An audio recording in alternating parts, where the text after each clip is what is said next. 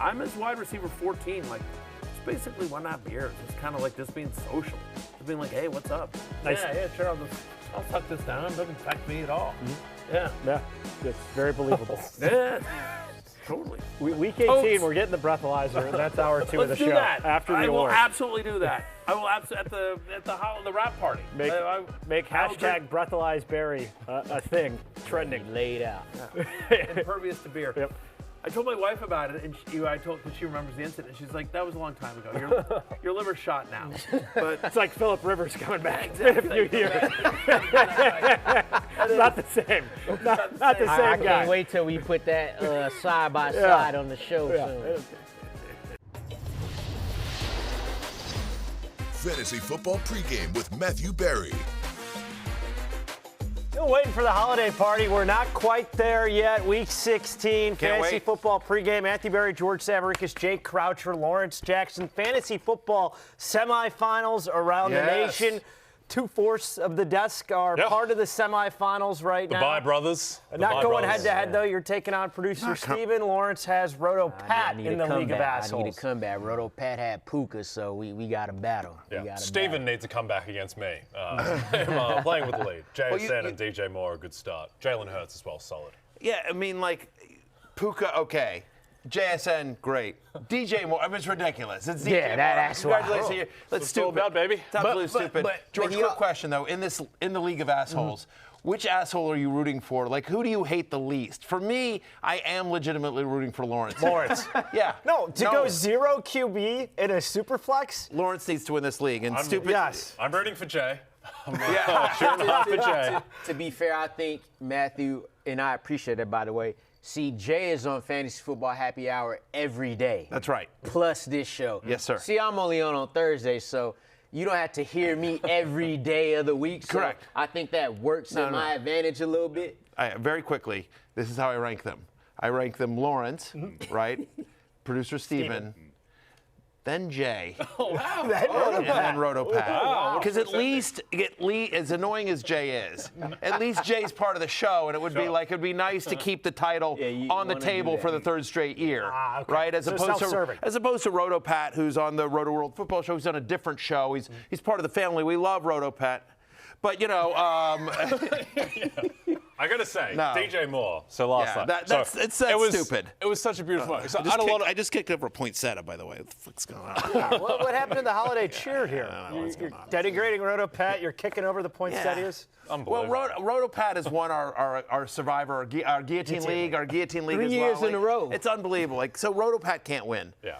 In fact, Rotopat, you're out of the league next year. Wait, though, Roto Pat, not only did he have Puka against me, he had Caleb Williams, who in that fourth quarter, he didn't have a lot of points. I know. Caleb was a terrible start until the last 2 minutes. So, firstly, a lot of liquid on the table, man. Just be careful. Just be careful with your arm movements. This is making me nervous. Secondly, DJ Moore, who's just been giving me like 5 points in the flex, it feels like every week. So cathartic. I had a lot of money on the Bears last night too, and the double of the Bears, the money line cashing, the division being in hand. DJ Moore coming down with a touchdown, 50-yard bomb. Magnificent night to start the week. So exciting for you. You got a haircut. I noticed that. I'm impressed. It's about time. High and tight for the holidays. George noticed. All right. So, by the way, time for toasts. I'll keep the show on track, Joe. Don't you worry about it. I'll host it. Don't you worry about it. I got all this. All right, time for a toast. I'm on camera one, right? I'm on camera one. Floor director there we go. also. Let's get rid of this. Camera one, here's my toast. Despite the fact that Puka plays for Rotopat and Jackson Smith and Jigba plays for Jay, two people I don't like, the fact of the matter is I'm toasting them because as we head into today, Puka Nacua and Jackson Smith and Jigba, the two best wide receivers in fantasy football this year, did what superstars should do in Week 16. They produced. They came correct. They dominated. And so if you're playing against them, you have your work cut out for you. We will talk about it today on the show. But cheers, because not every superstar shows up in the big moments. But those two, Puka and JSN, did absolutely toast to those two, my friends. All right, speaking of superstars, my toast is going to be to Quinn Ewers. Rookie quarterback, 7th round draft pick for the Miami Dolphins, making his first start today. Hey, you got the Bengals defense, so you got a shot. Good luck, young man. Keep Jalen Waddle fantasy relevant. By the way, I just checked on DraftKings, Lawrence. Quinn Ewers passing line, it's 30 yards at plus money. Yeah. There you go. I think that's a real line. I could be wrong. Well, the guy who sometimes struggles to break 30 yards passing, JJ McCarthy. Yes. But I'm toasting JJ. He's been okay lately. He's been good. Yeah. A man who, if he had the opportunity to do so, would be derided as trash by George Savaricas. JJ McCarthy's been anti-trash lately. He's been very solid. 2 good games in a row. Good chance to keep rolling against the Giants. There we go. Jump from okay to good is. He's been winnable, we'll say. What tutties? My toast, a lesser man would be a complete homer and just toast the Chicago Bears comeback. But I am not that man. Are you the sure? NFL has been on a. I kind of think you are. The NFL has been on a complete heater. That Thursday night game, the comeback by the Seahawks, who were down 30-14.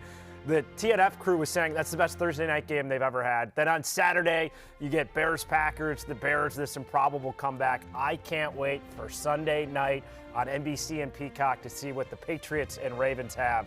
Are we going to get a third act to what has been the best NFL week of the regular season so far in Week 16? Morning Malort shots all around for the regular shirtless Ben Johnson. You ever had a Malort shot, Matthew?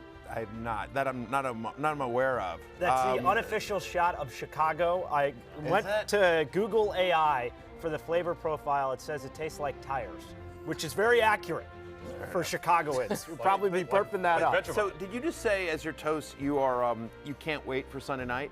Are you Carrie Underwood all of a sudden? Also, like how you completely ignore Eagles Commanders. Yes, I'm about to say you do. What about the Eagles and the Commanders? That's an island game. Commanders. It was a very entertaining game, and there's me. I was actually at that game yesterday. That is my son Connor, my youngest son. He's the one that's the junior at Alabama. Roll Tide. We move on to the second year. Anyway, so we had a great time. I rarely get to go to NFL games because we work on Sundays, but a rare game for Saturday at the Commanders. They invited me and my family down, so. My son and I went down and we checked out. We had a great time. Thank you to the Commanders, Josh and Marjorie Harris, for their incredible hospitality. So there you go. You really wanted me to mention that in the same vein as Seahawks Rams. It was an entertaining game. A 29-18 loss. They battled. Dallas got an anytime touchdown. They were down 29-10. Was good. Josh Jones. They battled. Listen, I mean, listen. It's tough to play with your third-string quarterback against the defending Super Bowl champions. It's not our year. It's all right. You wasn't in that brawl, was you? Maybe. That happened? Oh.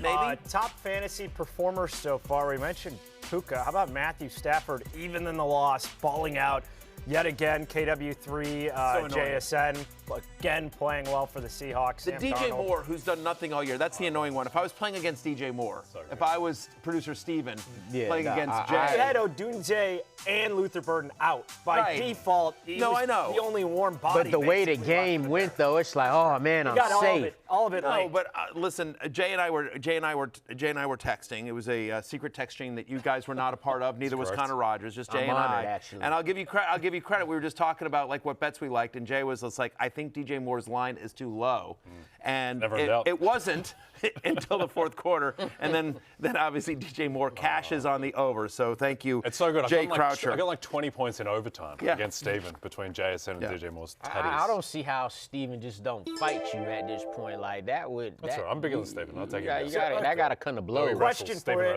and Matthew, for you, if you went up against Puka like here, face Nakua, how's that changing any strategy if you already find yourself in a big hole? Here the question, J Dart or Brissett to start a quarterback. Yeah, I think you have to go. Obviously, tremendous upside. You have to swing for the fences here, and so I will say. Who has more upside? I know, but they both do. That's the crazy part.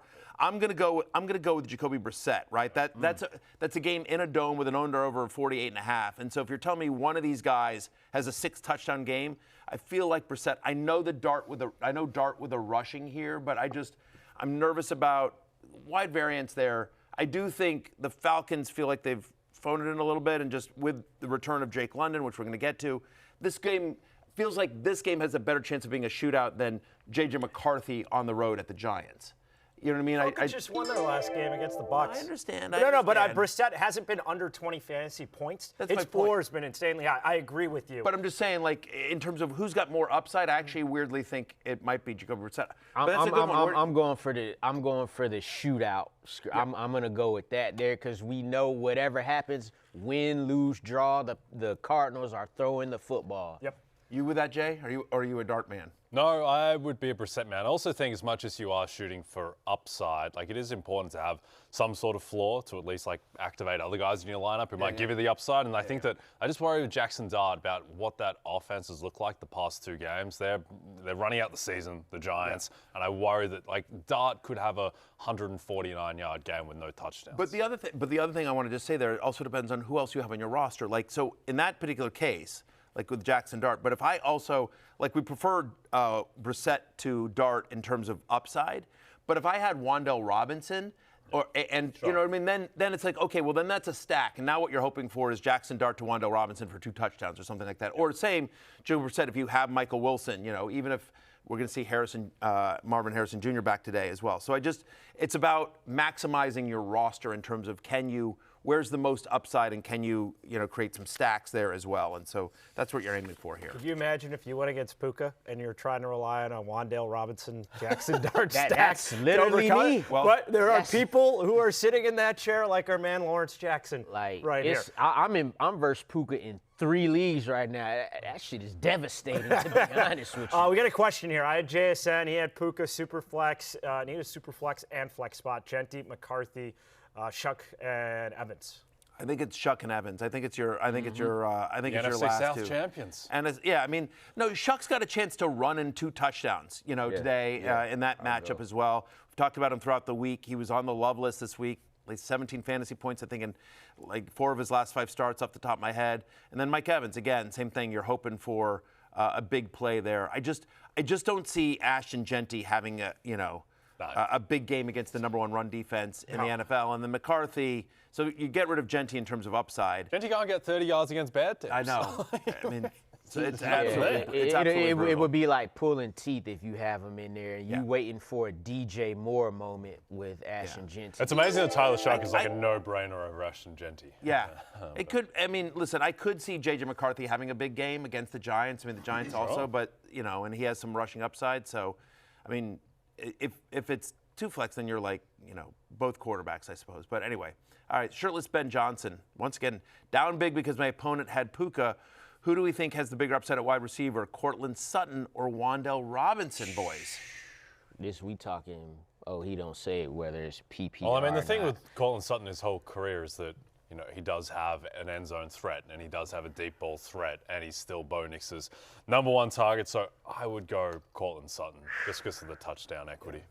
I have Sutton at 14. I have Wan'Dale Robinson at 18. And I do think same thing. Like, again, Sutton is one of those guys that has multiple touchdown potential.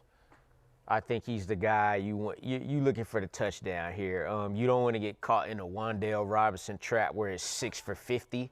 Right. Like, you'll take that, but you want.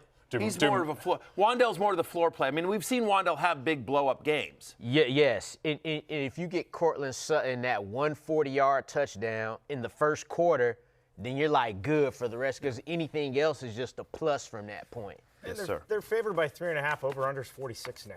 Jags' offense has been more than competent. Yeah. There's a good chance might be a shootout. Yeah, exactly. Want your questions? Sometimes my wife says that to me, by the way. You know what? You've been more than competent. To be fair, she doesn't say it all the time. But I was about to say, what year was that? I like this concept. First year of our marriage. I like this concept Lawrence has created, the Wan'Dale Robinson trap. Like mice get stuck in there. You know what the Wan'Dale is. It's like Zay Flowers the same way. Mouse Jackson is far Yeah, Mouse Jackson. You know them type players. They every game 5 for 50. If they get a touchdown, great. But most of the time, they're not. Valiant Vincent, the completer. Yeah. The completer. Yeah, that's not bad.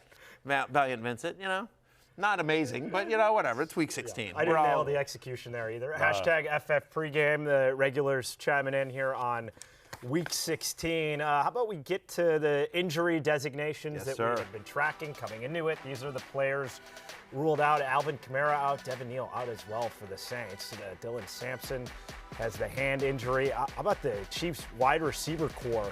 Rashee Rice, Tyquan Thornton, both out with concussions. So not only with Mahomes out for the rest of the year, Gardner Minshew, who's he going to be throwing to? There aren't many bodies left. So those are the players who are ruled out. How about the guys that we're keeping an eye on to see if they'll go, if they won't go? T. Higgins had missed last week with the concussion. I know a lot of people in the flex position maybe thinking, am I going to throw Quentin Johnston in there with the groin injury? Drake London should return this week, Matthew. Detective Drake London trending towards playing. We expect him to play. We'll talk about him in a little bit here. Marvin Harrison Jr., Nick Chubb, Woody Marks, all the running backs.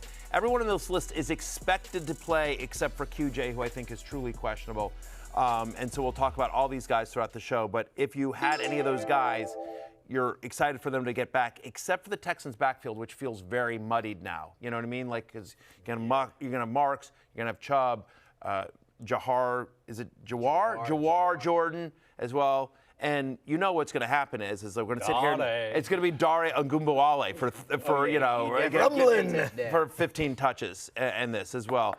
Fred Seitz 5723 says Woody Marks, Drake London, or T. Higgins in the flex and half-point PPR.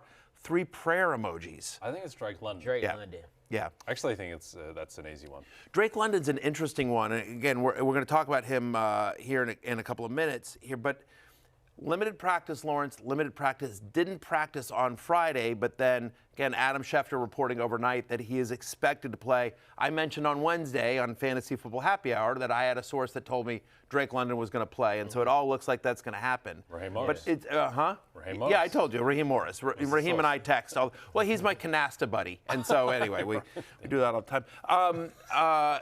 So I think, I will say, so yes, I think the answer there is Drake London. Yeah. But I also think that there is risk involved with Drake London where Lawrence there normally would not be, just given he hasn't played in a while. Kyle Pitts has been red hot, and this practice schedule is weird.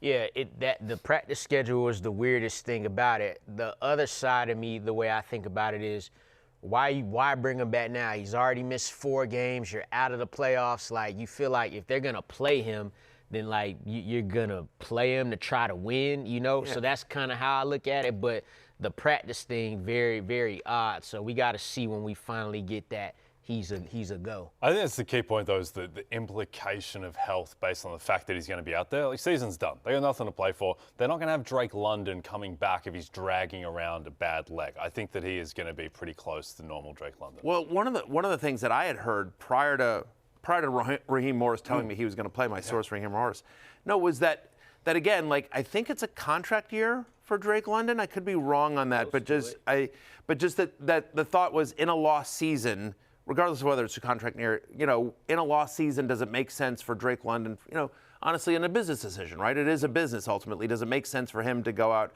and risk his body again in a year in which he's been banged up, in a year in which the Falcons have been eliminated, it's not their year, playing with a backup quarterback? Doesn't make sense for him to get back out there. And so it's an interesting one. Why don't we... It's funny how you said not. Shall we get to burning questions, George? That was a borderline burning question, but let's rip through them right now. Here's what we are taking a look at for Week 16. And how about we cue up that graphic, because it's always fun to see. Always fun. Roasting. They're slow. There we are. There we go. There we are. Still angry. Still mad. Yeah, 3 years later. 3.5 years later. Jay looks still very mad. Still mad. First game, the Chargers keep winning. They're 10-4, 1.5-point dogs in Dallas. That over/under 50.5. Go Chargers, go. They're winning, but their passing attack hasn't done anything since October, it seems like. So, Lawrence, let's kick it over to you. Is this the week the Chargers passing game finally gets going? Yeah, I think so. Justin Herbert was actually on my love list this week. Dallas got the worst passing defense in the NFL.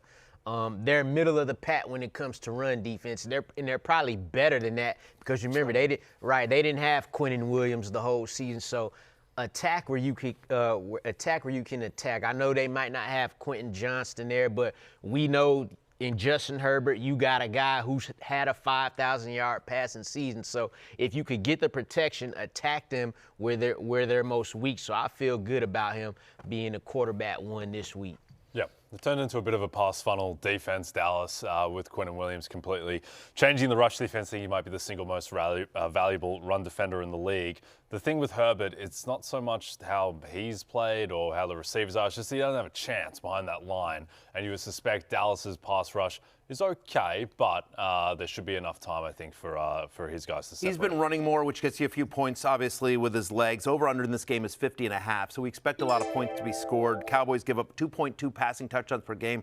That's most in the NFL. No team gives up more. And so I've Herbert as my QB8. Worth noting, by the way, every ranking that we mentioned, so I mentioned Herbert's my QB8 today, we've taken out all the quarterbacks that have played prior. So the Thursday night game, the 2 games yesterday as well. So, no Jalen Hurts, no Matthew Stafford, no Josh Johnson, no Josh Johnson, he didn't make it. et cetera, no Caleb Williams, on, no Malik Willis. Boy, oh boy, Malik Willis is super interesting, man. He'll be a league winner next week.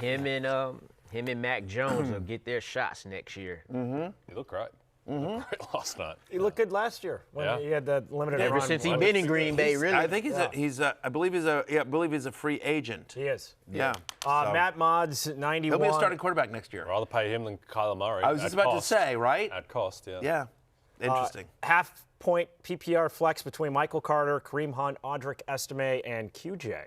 What say you, Matthew? I say Michael Carter here. I mean, it seems like they want Amari DiMarcado to be just basically the third down back. Bam Knight, we know, isn't going to play. And so Michael Carter, the least inspiring starting running back in the National Football League. And yet, no, but seriously, but he's playing your Atlanta Falcons, Lawrence, and you guys can't stop the run any recently. Again, so if he's the least inspiring, what does it say about Kareem Hunt if you're giving Michael Carter the nod over him? Kareem Hunt's not a starting running back in the NFL. He's in a timeshare with Isaiah Pacheco.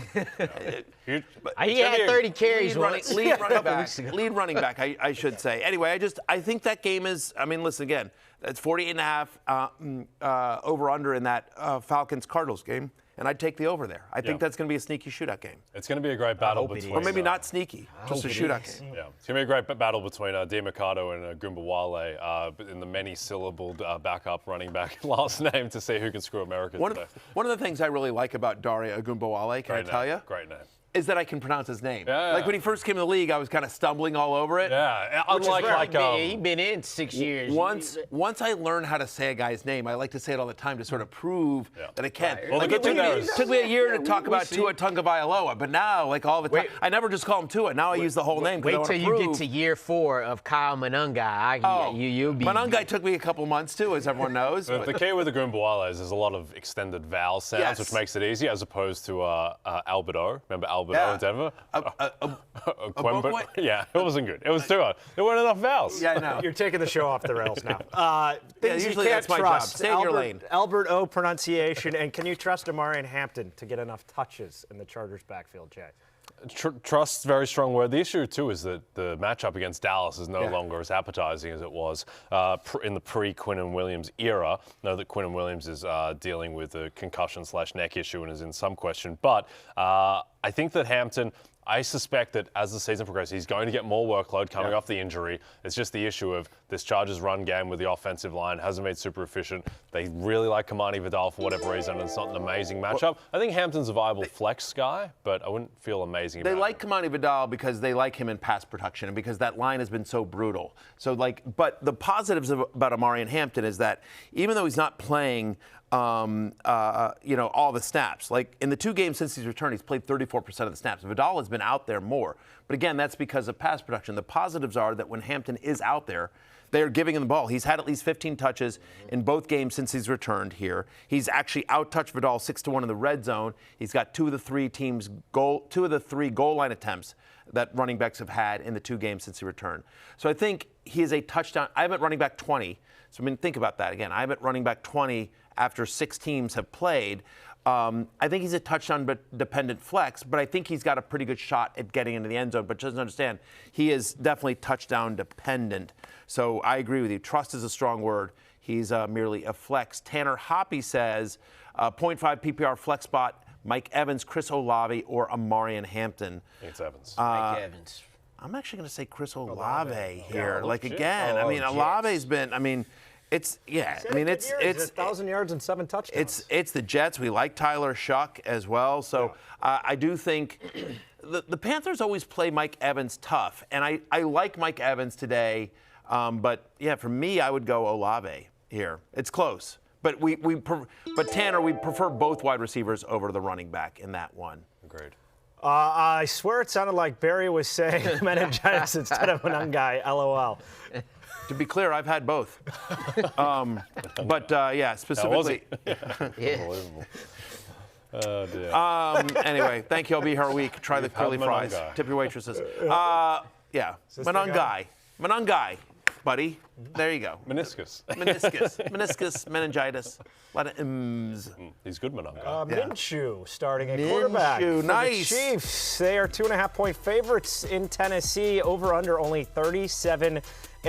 That's unbelievable. Think about that statement for a second. They're 2.5-point favorites over the Titans. It's been a decade since they played a meaningless regular season game where they're eliminated from the playoffs. This is 8 years ago. This is the defending AFC champion. The defending AFC champion. They've got documentaries about them. They're engaged to the most popular person in the universe. They. Yeah, yes. Taylor Swift is all in. She's got her own suite there, for the love of God. Absolutely. Hollywood Brown. Yes. Yeah, Hollywood Brown's part of it. She's part of the team. She's part of the team. She's the most popular person in the universe. We love Taylor Swift. This is a pro-Taylor Swift show. I want to be very clear about that. We love T Swift. Do you not?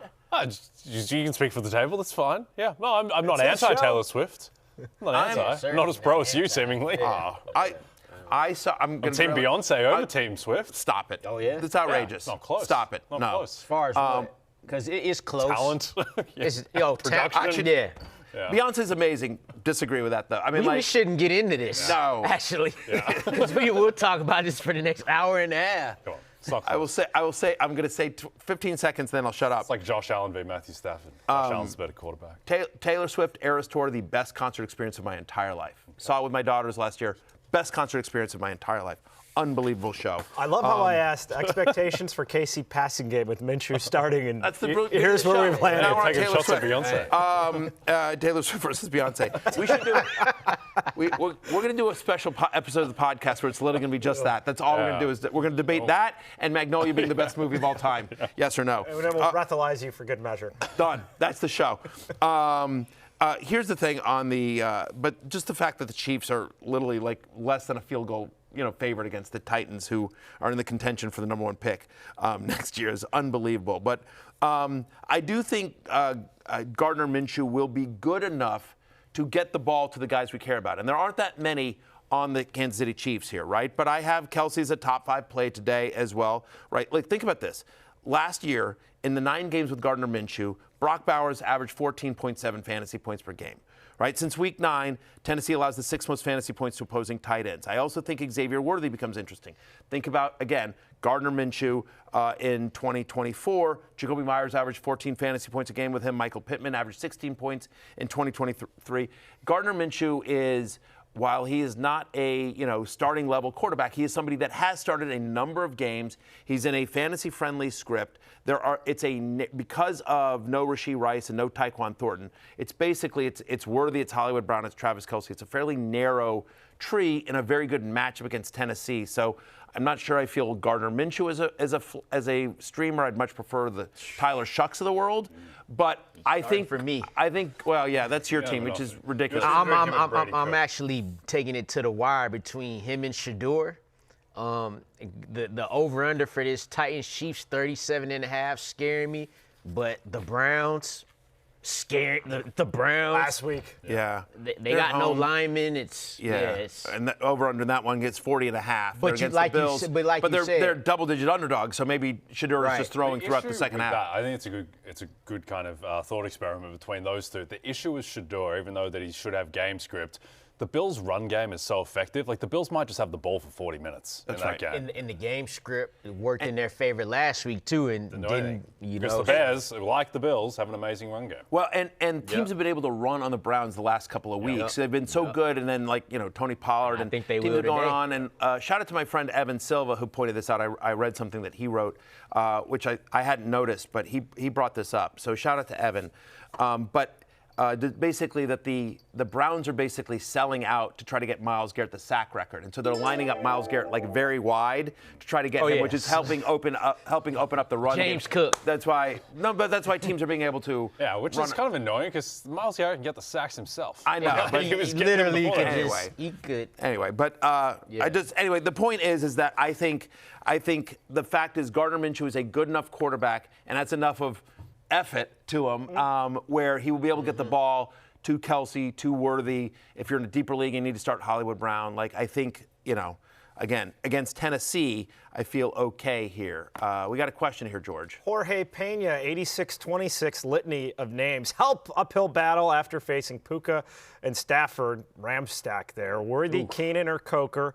Schultz, Waller, or Henry. So a wide receiver and a tight end question for Jorge. I think Worthy has the most upside of those three wide receivers, no question. He could get deep for a couple. Keenan's playing like 30% of the snaps now. Like, he's just, we've seen Trey Harris get in there as well. Like, you've got too many mouths to feed with the Chargers here. And Cokeheads Unite, we like it. It's actually a nice matchup as Tampa Bay has struggled against the slot. But Coker's not going to. Worthy could catch two 80-yard bombs for touchdowns. So in terms of upside, I think you want Worthy there, and then I guess Waller has the most upside just because it's Cincinnati and we just don't know with Ewers. But I think I'd prefer Schultz, who just, to me it's between those two. Like, Waller could catch 2 touchdowns. Ewers just could be a disaster as well, though. He could be. Yeah, everything Miami today is super high variance. It's a quarterback we've never seen before who is going up against one of the worst defenses in football. He might just submarine the whole thing and destroy it, but also it's a good scheme. He's got weapons like Darren Waller, like Jalen Waddle. He could be okay. I think Waller's the upside play just because there's a chance that they use Waller in the red zone here, and so Cincinnati gives up more touchdowns than any team in the NFL to tight ends, like 5 more. So I do think, again, like the floor play is Schultz. I have him ranked higher, but I do think Waller, if you're truly chasing, if you're down after Stafford and Puka and you're just like, dude, I got to shoot for the. I don't think Schultz has 2 touchdown potential in him. Not really. By the way, cut to watching him do that today. But you know what I mean? Like generally, but Waller is somebody they do legitimately use in the red zone, and it's a great matchup. We've got no idea if Ewers is any good at all. And to put a bow on this game, Valiant Vincent saying, LOL, Taylor is super popular, but talent-wise over Beyonce? Come on, Barry, let's be real here. That's like saying you'd start. For sure. That was Paul. That was a poor comment by Matthew. Vinny Testaverde over Peyton Manning. Oh, stop it. That got the chat fired up. Stop it. The regulars going back and forth. Here's what I will say here.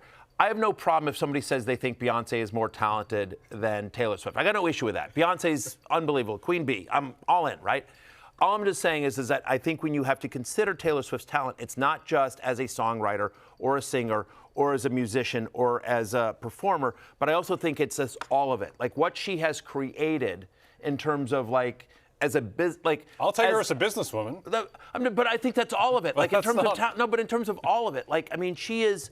What she has created, I think, is unbelievable. And I will say this, and Jay, this is why I think you should be on the Taylor Swift bandwagon as well. And you can still stay on Queen Bee. I have no issue there. But you are the father of 3 young daughters. Sure. And I will just tell you, as somebody who's the father of 2 daughters, and Lawrence, you have 2 daughters as well. Got you guys beat by 1. No, I'm just. She is. I think she's an unbelievable role model. Not that Beyonce isn't, but I'm just saying I think Taylor Swift is an unbelievable role model for young women. That's all I'm going to say in terms of how she controls her business, how she conducts herself, whole thing. Again, we love Beyonce as well. We're pro both people on this show. And I know you're very pro your guy Raheem Morris. That's our next game. Source. We got the Falcons 5-9 Raheem Morris or Taylor Swift? It's still hey, take your time with it now. The Dirty Birds 3-point favorites in Arizona. Right. Over under. Do you disagree with anything I just said about Taylor Swift, though? By the way, no, I think Beyonce is an incredible role model as well. I agree. None of that is denigrating Beyonce. Yeah. I'm not denigrating Taylor Swift. I'm just taking Queen Bee. No, fair enough. Hoping this game has shootout potential, over under 48.5. How are you ranking the Cardinals wide receivers with MHJ expected to return this week for the Cards? Yeah, it's interesting. So we have MHJ at 12 and Michael Wilson at 19. Although I will say these ranks were done before the news came out this morning that they're going to, quote, ease Marvin Harrison Jr. back in. Ultimately, what does that mean? You know what I mean? Like, because he could play limited snaps and still get, 2 touchdowns. I will say I feel better about Michael Wilson the more important thing is I feel better about Michael Wilson today in Harrison's game back than I did the last time Harrison came back when Wilson didn't really do much. But I have both guys obviously as top 12 plays today. Each of the last 3 games that Harrison has played with Jacoby Brissett, he's had a 27% target share. He's averaged almost 17 fantasy points per game. Like, we always talked about this. Like, Wilson has become the story, but prior to that, we were like, Jacoby Brissett understands the assignment. Get the ball to your good guys. He understands the Josie principle, which, you know, the regulars know about, the Josie principle. Get the ball to your best players. So Trey McBride, Marvin Harrison Jr., and Michael Wilson. I will just say this. This is why I currently have Wilson lower. In games in which Brissett starts and Harrison's been active, just a 15% target share for Michael Wilson, average under 8 fantasy points per game. I do think, though, more of a track record here, Harrison being eased back in. I do think both guys are worthy starts. I'm definitely starting Wilson, and I do think you can start Harrison as well. Again, we like the potential of this game. We think there's a lot of fantasy points to be had. Yeah, I think you had him ranked correctly, especially before the news came out, because the facts are any game Michael Wilson played with Marvin Harrison, he averaged 26.7 receiving yards a game and never saw more than 7 targets. And that's even after he had 3 blow-up games without Marvin Harrison Jr. He comes back. Michael Wilson goes away. We'll see how it goes today since they're going to ease Marvin Harrison back in. Since week 8, no team has allowed more fantasy points to opposing wide receivers than the Atlanta Falcons. They've allowed the most yards and touchdowns to opposing wide receivers as well, Jay. I talked a little bit, how comfortable are you, we talked about this earlier with a question, but I'll ask you directly, how comfortable are you starting Drake London today? Completely comfortable. Yeah, no concerns whatsoever. I think you just fire him up as a wide receiver 1. I think the concern would have more been around his quarterback, and that's been somewhat alleviated too. Because Kirk Cousins has looked fine. He looked better than he did at the back end of last year, looking more like first half of last year, Kirk, when he was totally viable.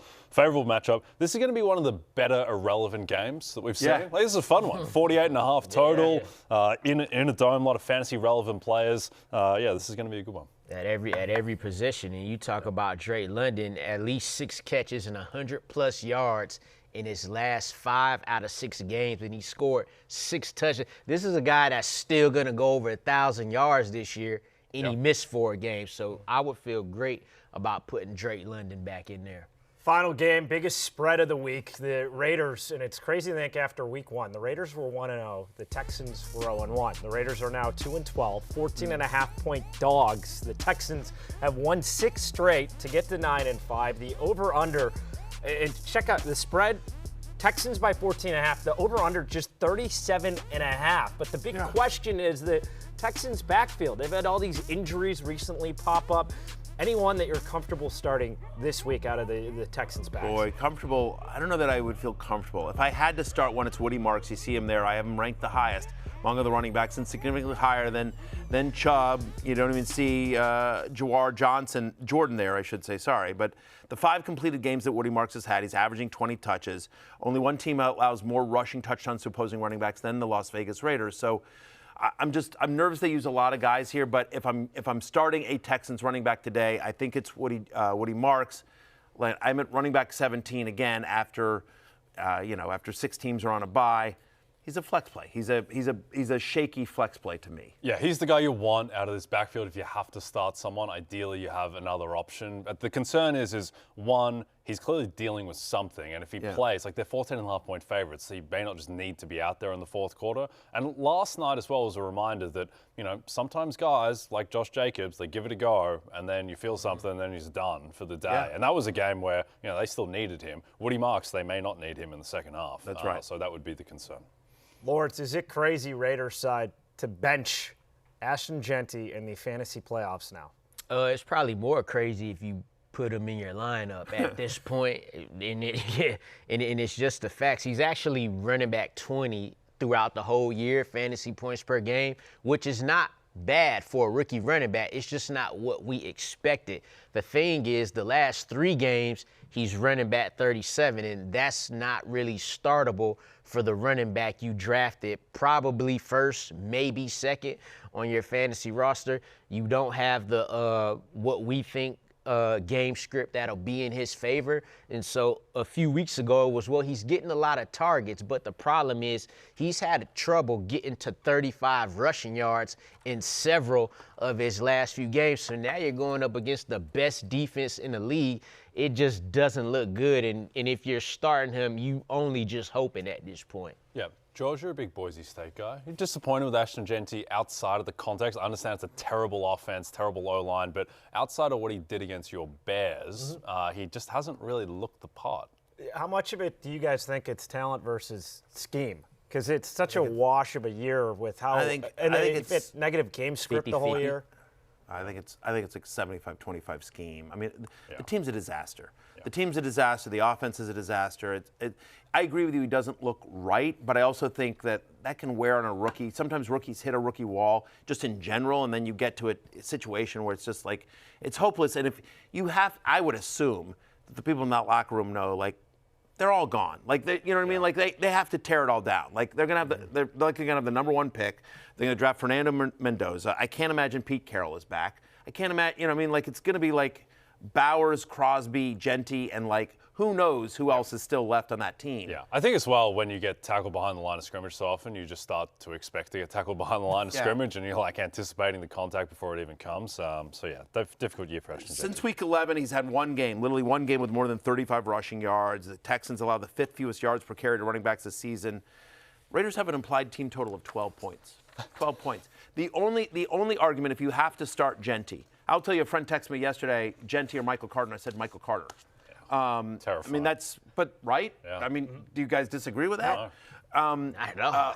But what I would say is that in terms of the only light you can hold out hope for Ashton Jeanty here is that they have started to use him more in the passing game here, and as you know, significant underdogs in this game, right? 14.5-point underdogs.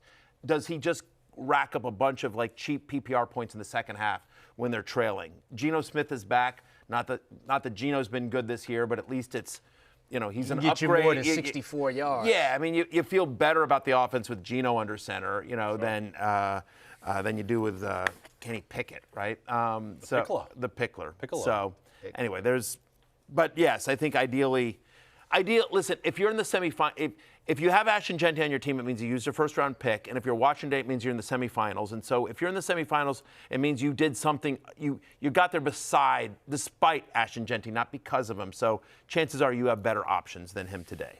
Shot for shot time. These are the predictions that we feel real confident in. Matthew, the floor is yours. Thank you, my friend. I think the floor, the ceiling, it's all mine. It's also Jacoby Brissett's. I think he finishes as a top 5 fantasy quarterback today. The Jacobler, 4 of the last 5 quarterbacks to face Lawrence's Atlanta Falcons. Don't forget, it's his team. Have scored at least 19 fantasy points. Again, we've talked about this game a lot this show. Big indoors. He gets Marvin Harrison Jr. back. Wilson and McBride have been on fire. Jacoby Brissett, who understands the assignment, finishes as a top 5 fantasy quarterback today. Okay.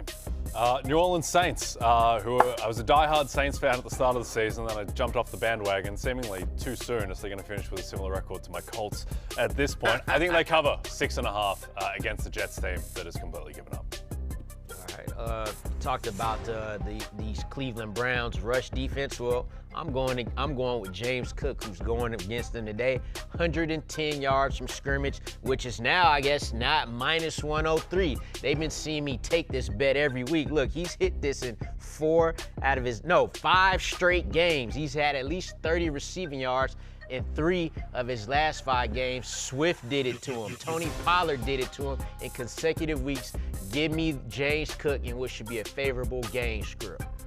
In what has become one of my favorite ongoing bits, looking at NFL team defense stats, and then you scroll to see the Jets. They've given up 25 touchdowns, 0 interceptions. Is that really a bit, or is that research? Well, research, but every week it's still ongoing. They're the only team in the NFL without a pick. The quarterback rating they're giving up 104.9, 4th worst in the NFL. So Tyler Shough going up against the Jets.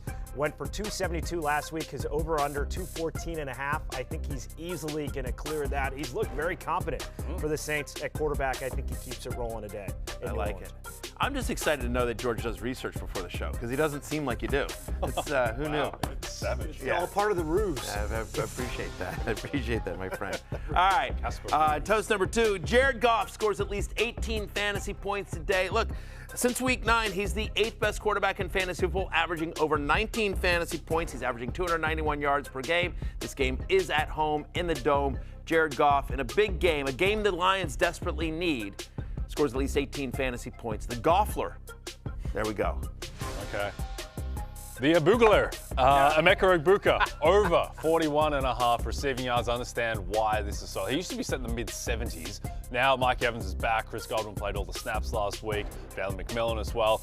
Egbuka may only play 50-55% of the snaps. I think that's going to be enough to go over against the suspect Carolina secondary. I thought Egbuka looked fixed against Atlanta. I thought he played really well in that Thursday night game. Just his quarterback missed him a few times.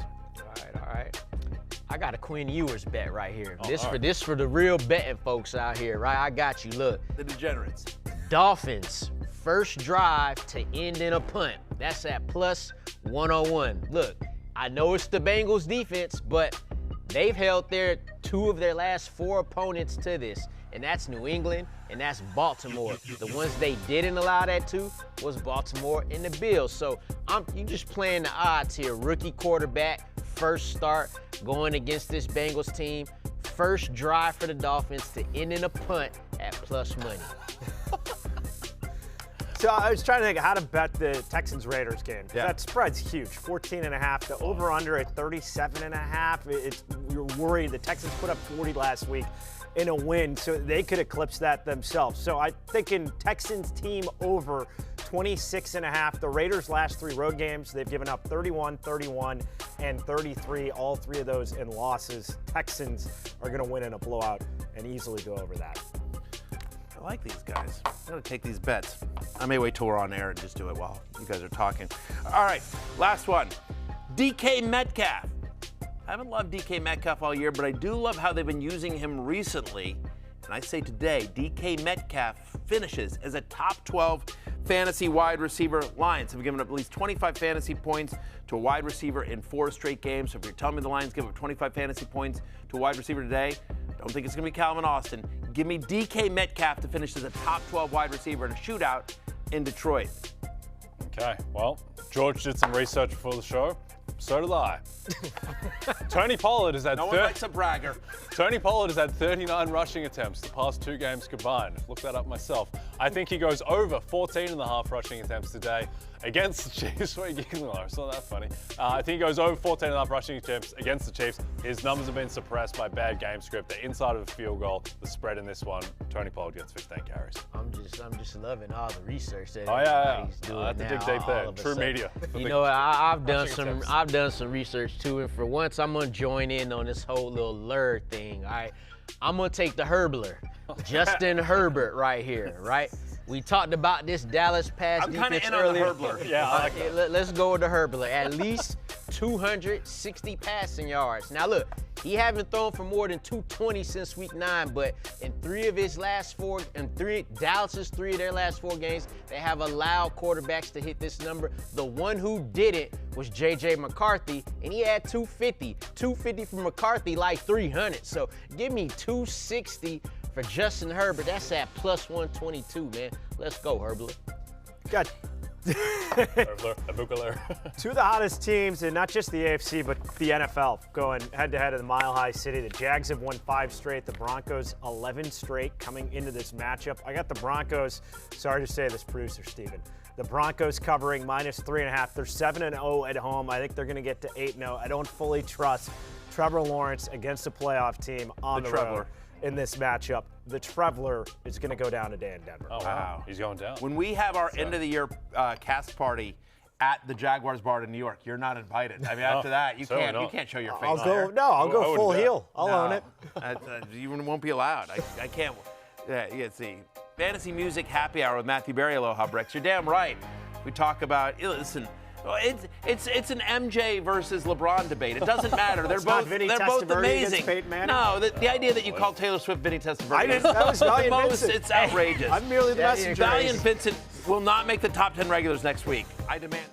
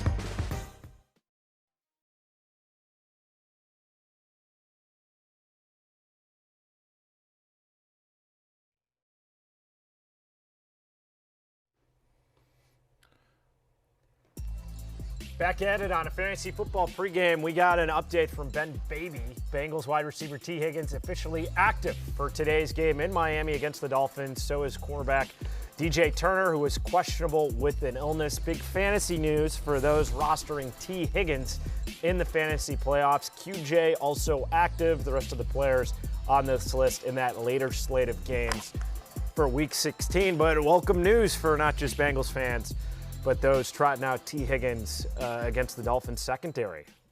Yeah. Hashtag analysis. Hashtag analysis. I mean, I think you start T. Higgins. If you've been waiting for him, again, the fact is that they're gonna, Joe Burrow is going to play. You're facing this Miami Dolphins secondary that has struggled somewhat recently. The defense has been playing tough, but shouldn't be any weather concerns as well. This is surprising to me, Jay. Were you surprised about this? And I really am. 48.5 is the over-under in this game. And again, as we've talked about, there's such variance with viewers. Yeah. Miami's offense could be a complete disaster. I get that Cincinnati's the Bengals defense is brutal, but I would think that to me, I would take the under in this game. Yeah, I'd lean under as well. The other issue there, too, is that if Miami's offense is good, it's likely because they're able to run the ball, which That's right. Takes I up was more just about to clock. say, yeah, and, exactly. If you want scoring to help an over, you'd ideally want it with pass plays and having the clock stop and being able to score more quickly. So, yeah, I think that's a little high. I think it speaks to, one, how bad the Bengals' defense is, and then also, two, that the Dolphins' defense didn't really cover itself in glory against the Steelers, but yeah, 48.5, it's a little too high for Quinn Ewers. Yeah, but Lawrence, what do we think? I feel like we should talk about this a little bit here real quickly. Quinn Ewers, this is not somebody that was amazing in college, right? I mean, what he'll do for the Dolphins is he'll be a little bit more mobile than Tua, but he won't throw with as much anticipation. He's a first read guy, I feel like. Yeah, doesn't have a great deep arm, but doesn't have the weakest arm either. It's like when they had Skylar Thompson a couple years ago, it should look something like that with what they tried to do with him. Yeah. Not being able to throw with anticipation seems like a problem in an offense built around throwing with anticipation. He could do better in that area, definitely. They've also, the Bengals, for all their defensive struggles, they've been pretty good against number one wide receivers this year. DJ Turner's quietly having a very nice year, and so again, Waddle's struggled a little bit recently. I don't think Waddle's as much of a no-brainer as people think. Same Definitely with Waller. not. Again, Waller. If Waller has 50 yards and 2 touchdowns today, wouldn't surprise me. If Waller is 2 for 24, also wouldn't surprise me. Wide range of outcomes. So. Yeah. Chase Hankins waiting patiently, 83-26. Hashtag FF pregame. Major help. Tight end, Kincaid, Waller, Gadsden, or maybe Knox, and flex, ETN, Higgins, or Sutton. Thank you. Okay, so the easy one is the flex, which is ETN. Yep. No Bayshell Tootin, you saw that earlier, massive workload. They're going to be on the road at Denver. That's what they're going to want to do. So ETN, 20 touches incoming. Easy one there. On the tight end, I do think, despite the fact that we talk about this, I think it is Waller. Yeah. We've talked about this. I think the Bills just run all over Cleveland. And the fact that, you talk about Knox, again, is it Kincaid? Is it Knox? Is it, why am I blanking on the third guy? There's the blocking guy. The fact that you got Kincaid and Dawson Knox's choices should tell you should kind of lean towards the other guys. And to your point about Waller, and we talked about Waddle, I would feel better about Darren Waller than a Jalen Waddle because at least for the Bengals, they're the worst team against tight ends. So go for the upside there and go with Darren Waller. Jackson Hawes. Jackson Hawes, that's what I'm thinking of. Thank you very much. Couldn't remember his name. I got you. It's filled with Had a great Taylor moment Swift against the lyrics. Ravens, right? Got a touchdown against the Ravens in week 1. Yeah. Since then, he's. You have such a weird. It's unbelievable. I have to. Jay's memory is so. He's like Rain Man. He is, but only with stuff that's useless. I mean, it's purposeful for betting and for fantasy. Correct. Sure. Right. Yeah. Else, yeah. Nothing Remember else. A strange scoreline. Not the culture or the arts games. or no. You know what? Sometimes what I like to do is when Jay and I are are just hanging out, I'll just quickly turn to him quick, 5 seconds, name your kids. And he's usually 2 of 3. But if you say lines at 2.5. But if you say who was the scoring lead in the NBA in 2017, he can list the top 5 guys. Exactly. So anyway. Just exactly. See, there you go. Acknowledged. top running back waiver ads, players available in more than 50% of leagues. Lawrence, as you're looking at this graphic, which player jumps out at you? Well, it'll be Audric Estimate. At the same time, you got to look out for Evan Hull, right? Audric Estimate looks like the guy who's going to be able to get that touchdown versus this Jets defense that just let the Jaguars go crazy last week. So Audric Estimate would be the most interesting one on that list for me. It's a great sentence by you, Lawrence. You got to look out for Evan Hull, which is a terrifying man to have creeping up behind you like Michael Myers. So Abuka or Myers or Carter is the question. I'll just say this about Michael Carter because he was on that list. Look, he's had 4 games with double-digit touches this year, right? 4 games with at least 10 touches. Has a 14% target share in those games. He's averaging 12.9 fantasy points per game. Again, no Bam Knight. No one. It's Michael Carter and Amari DiMaccardo, who they seem to want to use only in third down. Since week 8, by the way, as we've talked about, the Jets allow the most fantasy points opposing running back. So Estimate, kind of interesting there as well. Abuka or Myers or Michael Carter.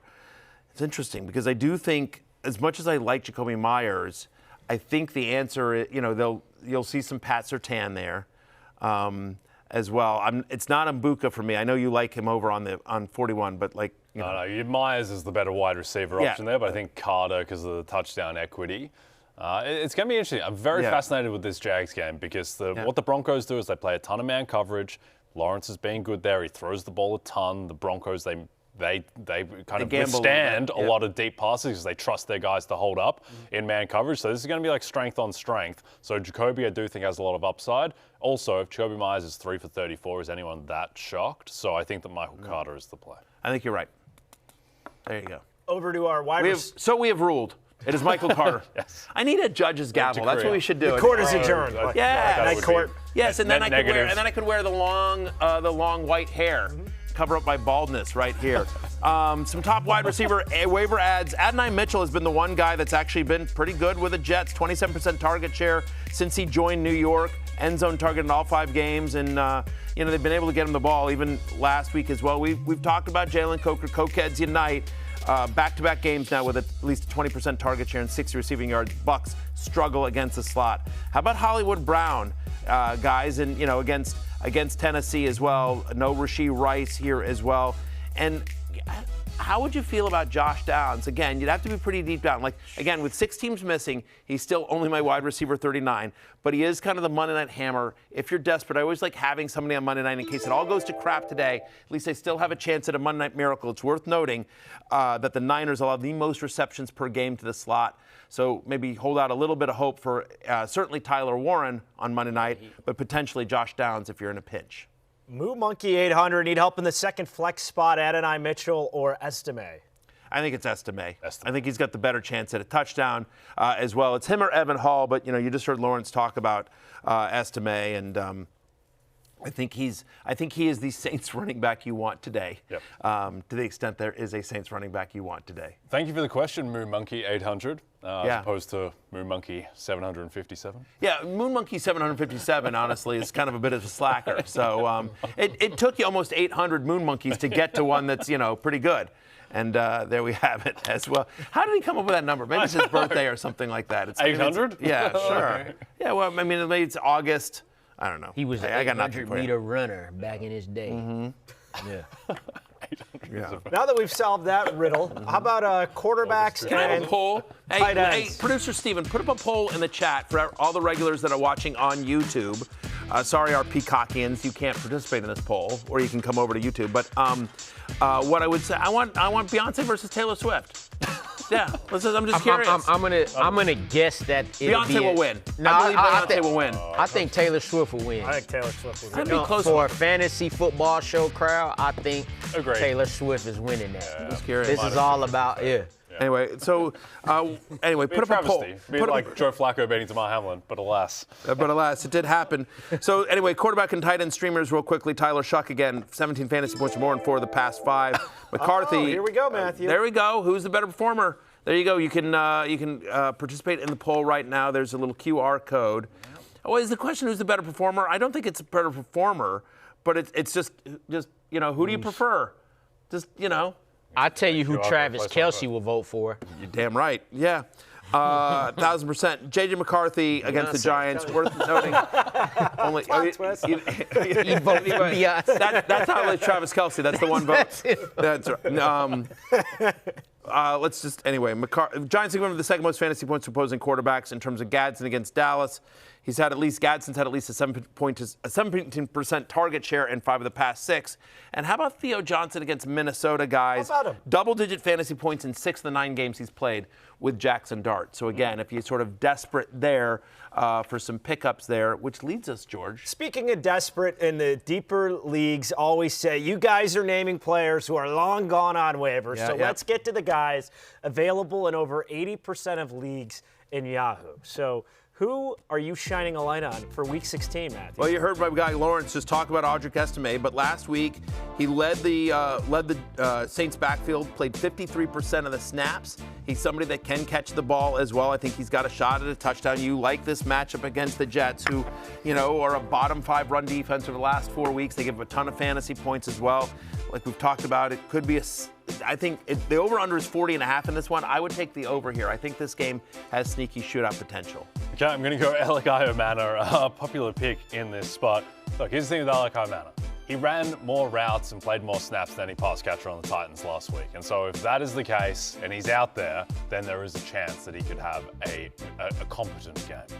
Yeah, and I'm going to attack the Jets defense just like Matthew did. I'm going to go Tyler Shuck here. Look, he's thrown for at least 235 yards, 4 of his last 5 starts.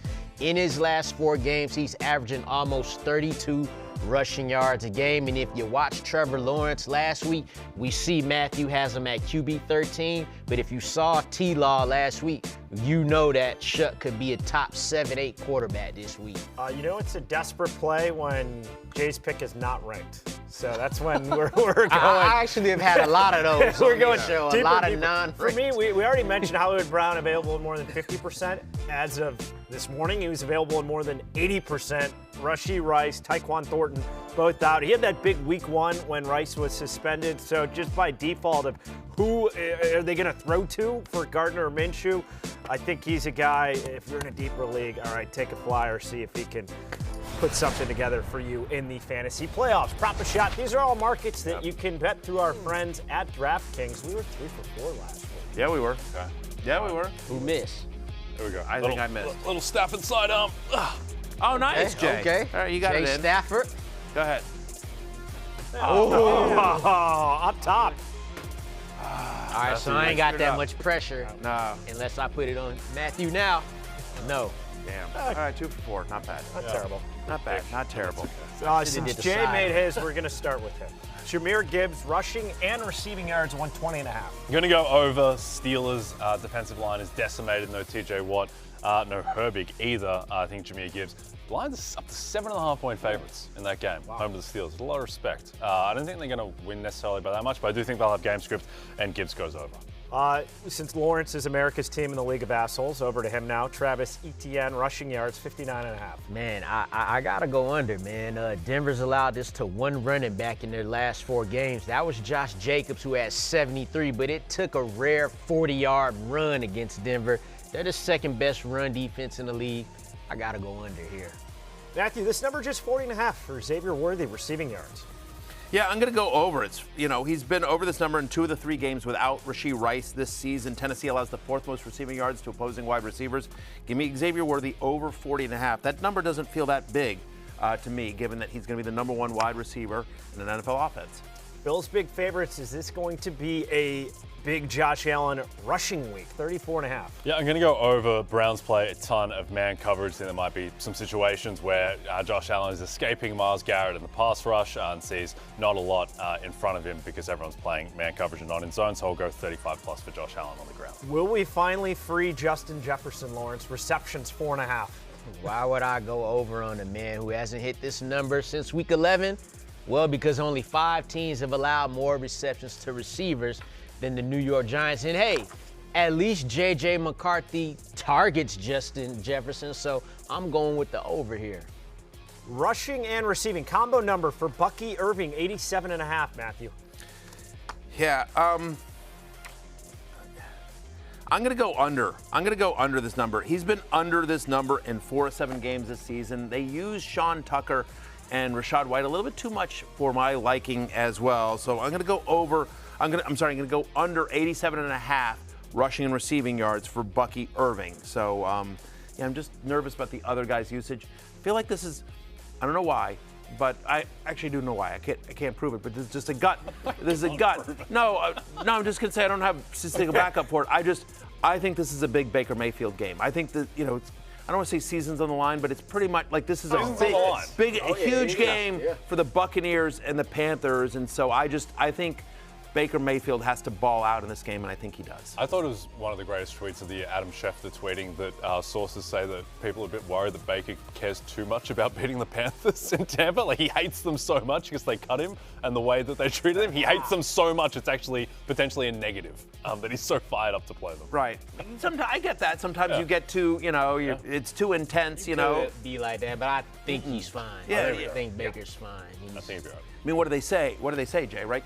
When they're trying to turn you to the dark side, that let the hate flow through you. You know what I mean? And it's always like, no. You have to get rid of the hate. Like, you just have to calmly look at your opponent. Yeah, let the hate. Obi-Wan. That's what Kevin Spacey said at the end of 7 when he was revealed as the surprise villain. Whoa!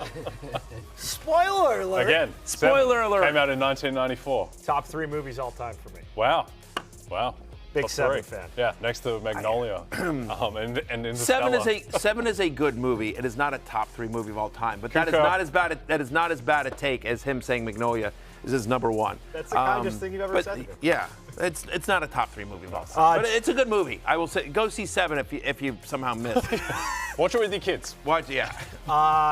Heck of a plot twist at the end of 7. How about with George Pickens' receiving yards this week, 65.5? Been a bit of an uncomfortable twist in George Pickens' season. Hasn't had the greatest couple of weeks. And I think there's some red flags there. Teams selling out a bit more to prevent the deep ball to Pickens. Jesse Minter's defense very well coached, and I think they'll be good enough preventing explosives that Pickens goes under. What happened to the Bengals last week? Gets shut out. A weird game with Joe Burrow. His passing yardage number this week, Lawrence, 259.5. Yeah, and that actually went up a little bit. He's got this 2 out of his last 3 games, and since he's come back, he's went against Baltimore, Buffalo, and then Baltimore again. Even though Miami hasn't allowed this number in 4 straight games, this is the Bengals offense. And this is Joe Burrow, so I'm going over here. I'd love to see J.J. McCarthy passing attempts versus Jacoby Brissett completions. It's probably a toss-up week to week because Brissett completions this week, they got it at 23.5, Matthew. Yeah, and I'm going over. I'm going over. He's had at least 25 completions in each of it. Yes, I'm over. I'm fine. I'm fine. The regulars are worried. The chat chiming in. Why are they worried? Why are they worried? What specific? Do you think I had a stroke on air? Fine. Got a little tickle in his throat. Just like whatever. Just what happened in Washington? Many are asking. Yeah. That's on a need-to-know basis. No, I was drinking water and just went down my throat for the wrong side. You had to take a double deep breath. Yeah, it did as well. Swallow. Yeah, listen, if you guys had to talk as much as I do, He's still pondering Beyonce. SEC man 01 said. Fair enough. Over. I'm taking the over. Jacoby Brissett over 23.5. Like I said, he's had at least 25 completions in each of his past 5 games. He gets Marvin Harrison Jr. back in this game, a game in which he'll have Wilson and he'll have Trey McBride. We think Atlanta will be able to move the ball as well, so he's going to have to throw to keep up. Last 3, like we always do, all around the Sunday Night Football matchup, Pats and Ravens. Travion Henderson rushing yards, Jay. 50.5, and he popped off last week. Yeah, I'm going to go over. I understand that explosives not typically that sticky. I think they are for him. I think this is just part of his game. And yeah, backing under 50.5, Travion Henderson would be terrifying against the Ravens. I suspect that it's more likely his workload goes up, not down, because he's better than Ramondre Stevenson. Well, and last week he was one of my shot for shots, and that number was 46.5. Yeah. And it didn't even shift that I feel much. like it has to go up by more than that.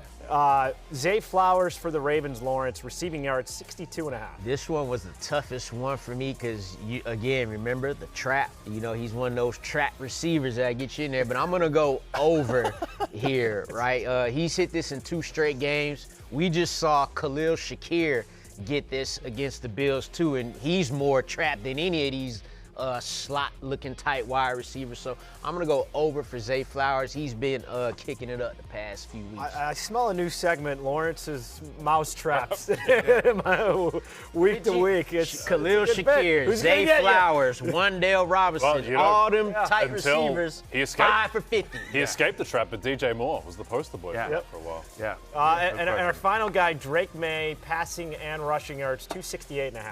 Yeah, I'm going over on this one as well. Don't like to take as many overs as I have, but I'm going, look, he's been over this number in 9 of 10 games, 9 of the last 10 games. Last 4 weeks, Ravens have played really good run defense, right? Their last 4 weeks, the Ravens are second in the NFL in run defense, but in terms of pass defense, they're 24th in the NFL. So the way the Patriots are going to be able to move the ball in this game is with the arm of Drake May, attacking that secondary.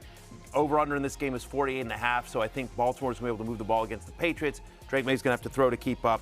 Give me the over, 268.5 passing and rushing yards, because, again, May can use his legs, probably get you 20, 25 yards with his legs as well. DraftKings Sportsbook, official sports betting partner of the NFL. New customers bet $5. Get $200 in bonus bets if your bet wins. Download the app, use promo code FFHH when you sign up. DraftKings Sportsbook. Oh, the crown is yours. Yours. Barry so internally focused on Beyonce versus Taylor, he forgot he's live. Yes. It's something, Valiant Vincent, that I'm contemplating daily. Another good one. Bill Ballou said, we haven't seen Barry that choked up since Alfred Morris. Nice one. Deep Good, cut. Deep cut. Well done. Well played. As Fantasy Football Pregame Week 16 edition rolls on after this.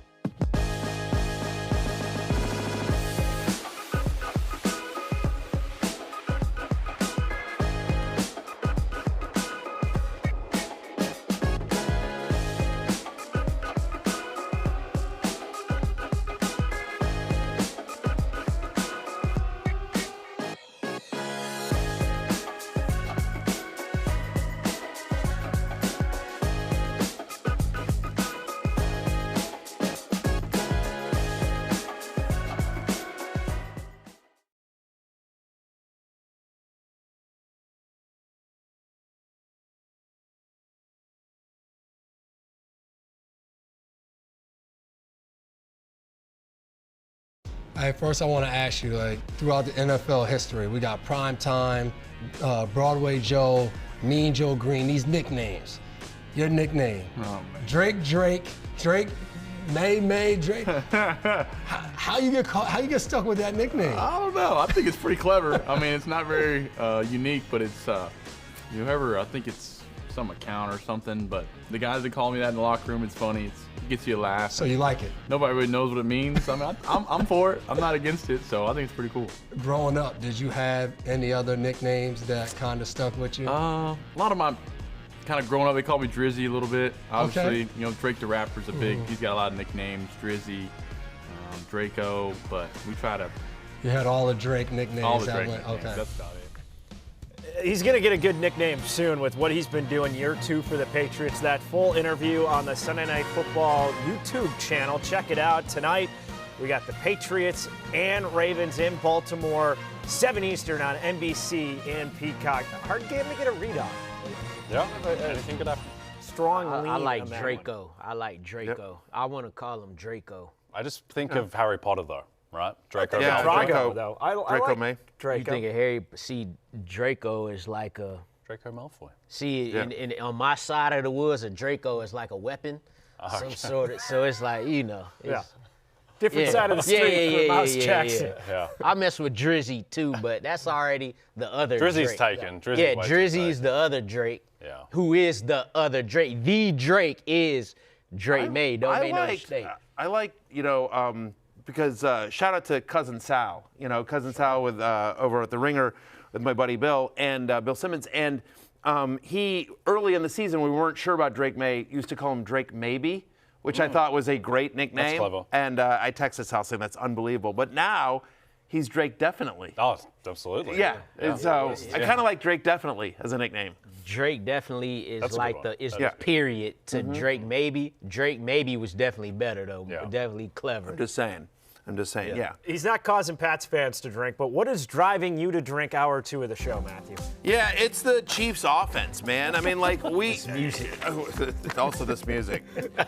So, I'm on camera. There you go, All right. camera 1. Hi, camera 1. So here's what's driving me to drink. It's the Chiefs offense. At the beginning of the year, we had such high hopes. It's Patrick Mahomes, it's Travis Kelce. Xavier Worthy is going to be awesome until Rashee Rice comes back, and then we've got blah, blah, blah, blah, blah, blah, blah. And none of it has happened. None of it has happened. And so as we sit here in the fantasy semifinals, no Rashee Rice, no Patrick Mahomes. You can't trust the running game. You know what I mean? In a game against the Titans, it's a 2.5-point favorite. I do think Xavier Worthy will be all right. Obviously, I think you have to start Kelce, but the fact that we have no Rice, we have no Mahomes, the Chiefs' offenses drive me to drink. Glug. For me, fellas, besides this soap opera music, it's Phillip Rivers' arm.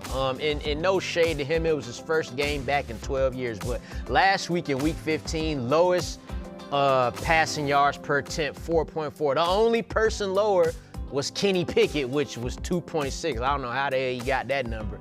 But Phillip Rivers, we just want to start Tyler Warren with confidence. We just want to know that you can get the ball downfield a little bit so it can open up things for Jonathan Taylor. So that arm, your throwing arm has us driving us to drink. Okay. I think this is the music that played in the train scene with Tom Cruise at the end of Risky Business. Yeah. Which don't watch that with your kids, that scene. I'm drinking for the NFC South. It's a good scene, though. It is a great It's scene. a good scene. Very good scene. I'm drinking for the NFC South. I'm so sick of this division. Someone, Bucks, Panthers, just go out and win it today, emphatically. Just get rid of this division. Please. It's rare that I throw around the moniker trash, but it's fitting for the Raiders. And Pete Carroll, you came back for this? This is why you came out of retirement, to go 2-12. It has been a dumpster fire of a season for the Raiders. Reports that Pete Carroll may be out after the year. So incredible coaching career ending on a very sour note in Las Vegas. To our quarterback ranks. Yes, sir. We're going to go from the bottom to the top. Josh Allen at Cleveland, he's 1, followed by Drake May 2. How about Fitting for Drake, from the bottom to the top. Yeah, there you go. Jacoby Brissett, Matthew. Who would have thought beginning of the season, if you said Week 16 fantasy playoffs, he's going to be a top 3 guy? I know a lot of quarterbacks off the list who have already played. Yeah, but for sure, like you heard my shot for shot earlier, I said he's a top 5 fantasy quarterback. I'm putting my money where my mouth is. I have ranked Jacoby Brissett 3 today. Again, 6 teams off, but still 6 straight games with 40 or more passing attempts. Arizona leads the league. He leads the NFL in pass rate under Jacoby Brissett, who understands the assignment. At least 18 fantasy points in all 9 of his starts, Lawrence. Since taking over the starter, he's been the 4th best quarterback in fantasy football. Is this more an indictment on Kyler Murray or a benefit to Jacoby Brissett just needed the right system? I think he mentioned something like this about how this particular team didn't give up like his old teams in the past, and I think dude just having fun out there playing. I mean, he had a game with 47 completions. Like, dude, he just a baller, a gunslinger, all of that. I agree. I mean, perfect scenario for him where you've had all these positive pass script type affairs where he's just slinging it and every week. Good for a while look, as well. I He was think good in Cleveland. I think if he was on an actual better team, he'd win more games. The Cardinals ain't a great team. He's always been a backup. Like he's never when he's been a starter, he's never been on a good because they tried with the Colts. Post Andrew Luck, he was younger then. He wasn't ready for the moment. He wasn't ready for the moment. It wasn't the Jacoby yet. I mean, he was good for the 3 games that he started for the Commanders under Ron Rivera when they'd completely, the team was a disaster. And it wasn't a good team. It wasn't a good team, and he got a couple starts for the Patriots, but again, was younger. I mean. Is Jacoby Brissett one of the 32 best quarterbacks in the NFL? Oh, definitely. Yeah, definitely? Yeah. Probably, yeah. I wonder, does he get a starting job next year? I don't think he stays with the Cardinals. He'd have to compete for a starting job. He'd probably be in a situation. You think Arizona brings him back and they bring somebody else to compete? They get a young or he guy? could be in a situation where if the team get a quarterback, 2nd, 3rd round, and Jacoby start out the season, something like that.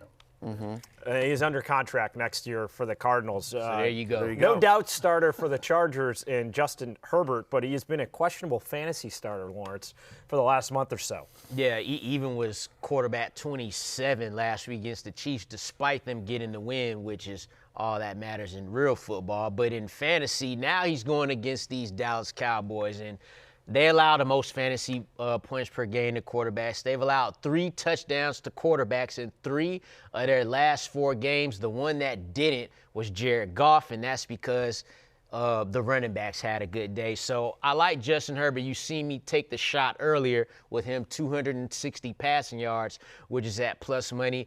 And what I love about Justin Herbert this year, he started it last year, but really this year is he's on a career year for running the ball. And adding that part to his game has truly brought him up the ranks. He gonna light up these Cowboys today.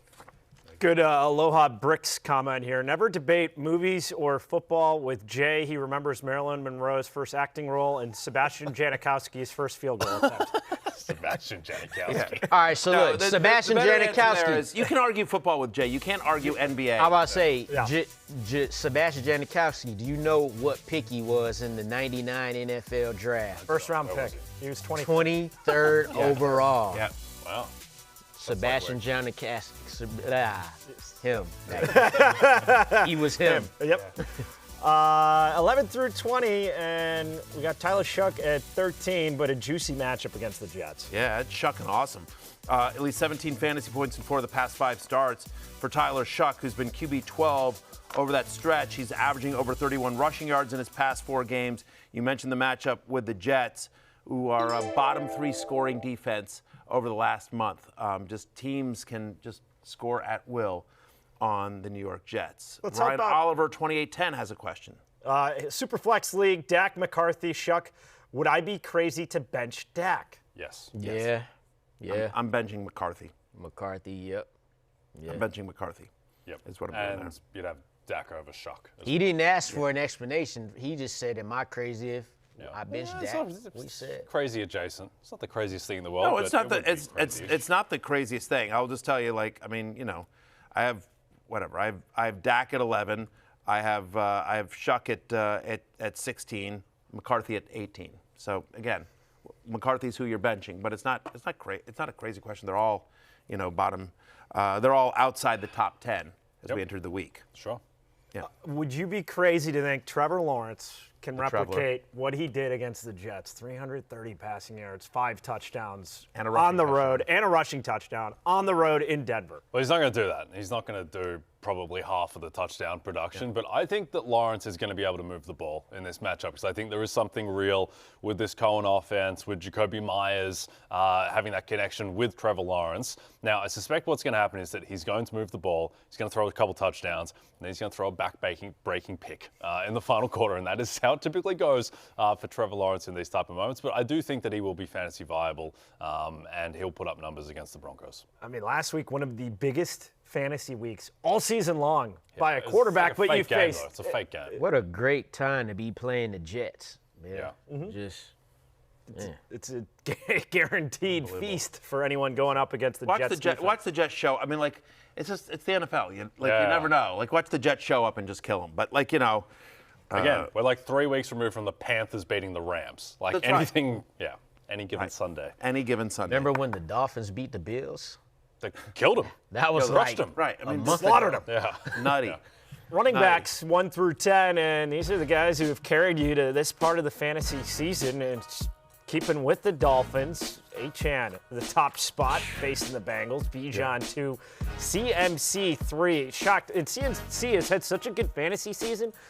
But Jay, we were chatting, 3.6 yards per carry rushing-wise. I think he's had one run of 20 yards all season. He doesn't have the same level of explosion. He's just so valuable as a receiver, both in real life and fantasy, that he is still one of the most valuable running backs in the league. 11 through 20, the QJ debate. Who is the real QJ this year? Quinshon Judkins at 12 for the Browns, Matthew. Yeah, look, 7 of the 9 running backs who saw at least 15 touches against the Bills this season have scored at least 16 fantasy points. They've given up 18 rushing touchdowns to opposing running backs. That is 3 more than any other team. There's a bunch of reasons for it. First off, the Bills just aren't very good defensively on that front line. You can run on Buffalo.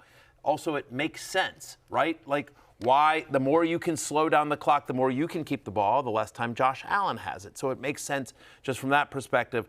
Again, the Browns' offensive line is really beat up here, but like the one thing I will say is that regardless of game script, it does feel like Kevin Stefanski, 2-time Coach of the Year, Kevin Stefanski, not everyone knows he's won that award twice, is committed to the run. He does stick with QJ. I believe Quinshon Judkins is the true QJ. Okay. And originally it was the Quentin Johnston, but then he's fallen off, and so now I'm back on QJ for the Browns. Okay. This question, hashtag FF pregame, full PPR, Marks, Chase Brown, QJ, or Uncle Rico. Start 2, thank you. Chase Brown is the obvious one here, right? Obviously against Miami. I prefer Judkins just because I know he's going to get 16 to 20 touches, right? Dowdle's in that timeshare with Chuba Hubbard. We expect Dowdle to get the early down work and Hubbard to be the third down work, but who knows? Tough matchup, by the way. Buccaneers really good against run defense. I think Hubbard might have the better day just because I think they'll be able to, they'll do dump offs to Hubbard. And then Woody Marks, again, as we've talked about, they could be up so big they don't need Marks. He's not 100% healthy. They're going to the playoffs, and they need Woody Marks for a longer run here, so they could be conservative with him. Yeah, I will say someone who has Judkins in the league of Arsenal, he's the most frustrating player to watch. It's not his fault, but it's just like he gets 20 carries every game, and does nothing with anyone. He wasn't their leading rusher last week. It was Shador. And y'all keep saying y'all having a hard time reading that Ravens and Patriots game. I feel like that about the Browns and the Bills. Not saying I'm talking about spread-wise, because the Browns definitely have a defense good enough to give them problems, the Bills, but they haven't given people problems in the run game the past 2 weeks. Yep. Yeah, that could be a strange game. Like the Browns at the end of the season, they always have these, like they beat the Ravens, was it last year with Jameis at quarterback. Like they do play these weird games, and they got a lot of talent on the defense. It's just they just haven't been at the races the past couple of weeks. Drop it down 10 more to go in the running back ranks. And for the Steelers week to week, Jaylen Warren or Kenneth Gainwell, who's going to have the big fantasy week for Pittsburgh? What are you seeing with Kenneth Gainwell, Matthew? Yeah, unfortunately, I'm playing against him, and I think he has a good game in a high-scoring game where he's been getting a ton of targets. 16% target share so far this year. That's 5th among all running backs. They like to dump it off. Aaron Rodgers likes to dump it off to Kenneth Gainwell. Since week 11, he's very quietly the 8th best running back in fantasy football on a points per game basis. At least 16 fantasy points in 4 or 5 games. They're not scared to use him near the goal line. They use him in a bunch of different ways. It's clear that he has the trust of Aaron Rodgers, and when you have the trust of Aaron Rodgers, that's how you get on the field. Again, we think this is a high-scoring game in Detroit. Half-point PPR, Elliott Potts need a comeback after Stafford's night. Big one on Thursday. Warren, Gainwell, or McConkey? Gainwell to me is the safer play, but I think if you're looking for upside, I feel like McConkey is the guy that against Dallas could have 2 touchdowns, could have a big long play. Feels like you're banking for Gainwell to have a huge game. You're banking on 2 touchdowns for Gainwell. Gainwell feels like it's going to be 14 points. Elliott sounds like he's chasing points. This is why he mentioned Stafford, who had the great night. So in that case, I will go Lad McConkey, but I'm with you, Matthew. I do think it's close with Gainwell there because he's been so consistent in this offense. And to tell you, I'm starting Gainwell over Tyler Warren in a flex spot. So. Yeah, listen, if that was just a pure question, not like I need to come back or anything like that, but just I would prefer Gainwell of those 3. Yep. Yeah. Just I think he's the safer play. I think he's more likely to have the better fantasy day. But if you're basically listen, I'm down bad. Stafford put up a bunch of numbers. I'm a big underdog. I need to swing for the fences. Against Dallas, you could see McConkey catch a long one, have yards after the catch kind of thing. Easy. Maybe, so. Agreed. But, yeah, I think Gainwell's the, quote, better play. Yeah. Last running back, guy whose role has been decreasing over the course of the season. Not really a 1-2 punch. It's been a big drop-off from Jahmyr Gibbs to David Montgomery. Yeah, so here's the epitome of David Montgomery. Today he is set at 34 rushing yards, right? That's his over-under. He's minus 120 anytime touchdown scorer, right? So that is basically what David Montgomery is. He's set 40 yards lower than Jahmyr Gibbs, which goes to show how Gibbs has taken over that backfield. But Montgomery's still going to get a couple of drives. The Steelers' defensive line is decimated. No Watt, no Herbig. Lions are 7.5-point favorites. This does feel like a David Montgomery game. It's just that those games nowadays, they look like, 9 for 42 and a touchdown. Mm-hmm. Saw it last week. Yeah. Yeah, 100%. Wide receivers, 1 through 10, and no Puka Nacua on the list, no JSN. They already played on Thursday night. Amon-Ra 1, Jamar Chase 2, waiting for him to go off late in this fantasy football season. And Drake London, the return of Detective Drake, slotted in at number 3 at Arizona, 11 through 20. Another player who is easing his way back into the lineup. Mike Evans for the Bucs, Matthew. Yeah, look, last game, really encouraging. Excuse me.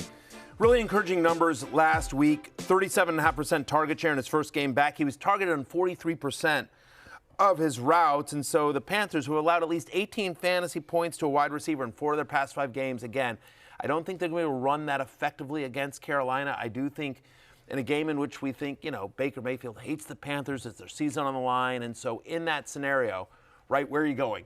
Who's the guy he trusts the most? It's big Mike Evans. So he's my wide receiver 14 today. Again, 6 teams have already been removed, but still, I do think Mike Evans has a very nice game today against Carolina. Roger P. with this, need help. Burrow or Purdy in 1 flex, Travion Henderson, Sutton, or Mike Evans?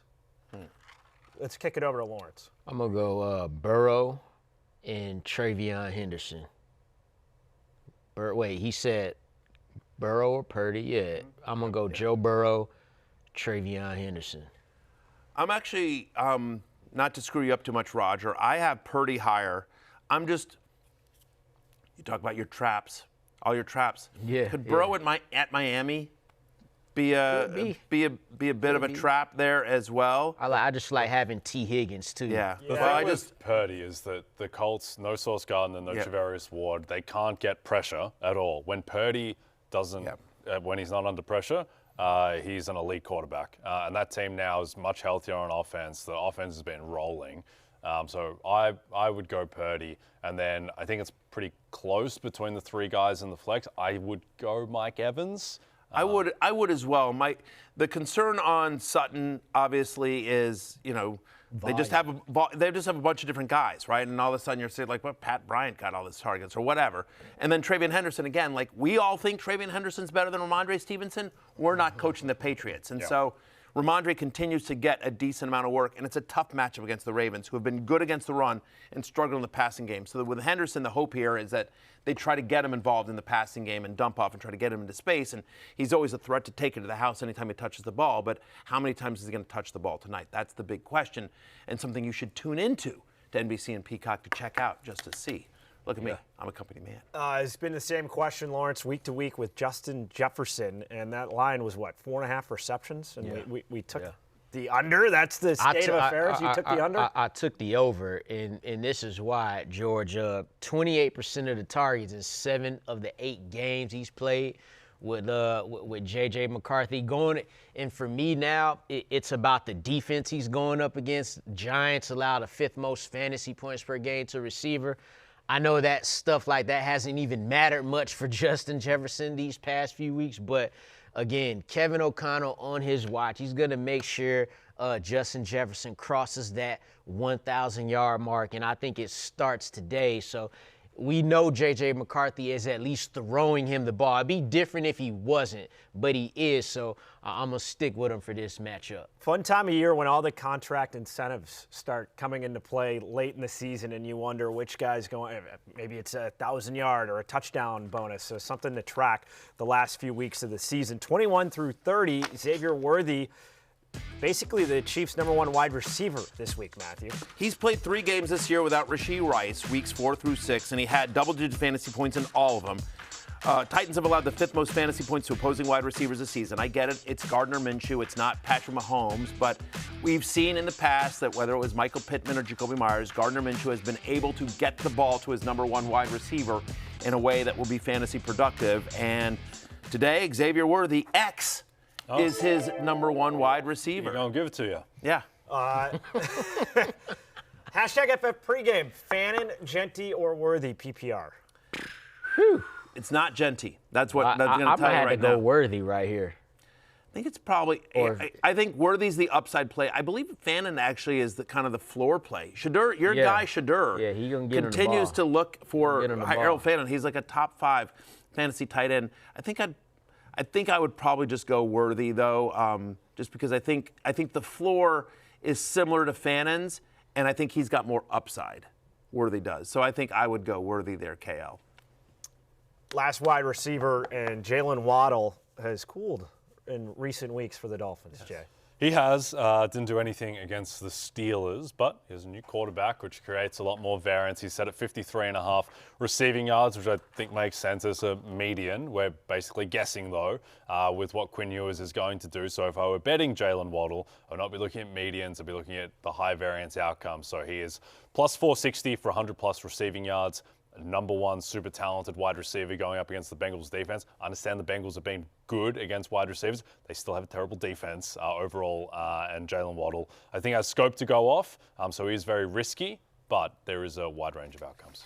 For our tight end ranks, and this player normally lives in that 11-20 category, but we've had 6 teams who have already played those 2 games on Saturday and Thursday Night Football, so Dalton Schultz just inside the top 10. By the way, you see Fannin right there. I've got him over Kelsey, Pitts, and Tyler Warren. But yeah, Dalton Schultz, since week 5, has been the 9th best tight end in fantasy football. 11 or more fantasy points in 7 of 10 games in that stretch.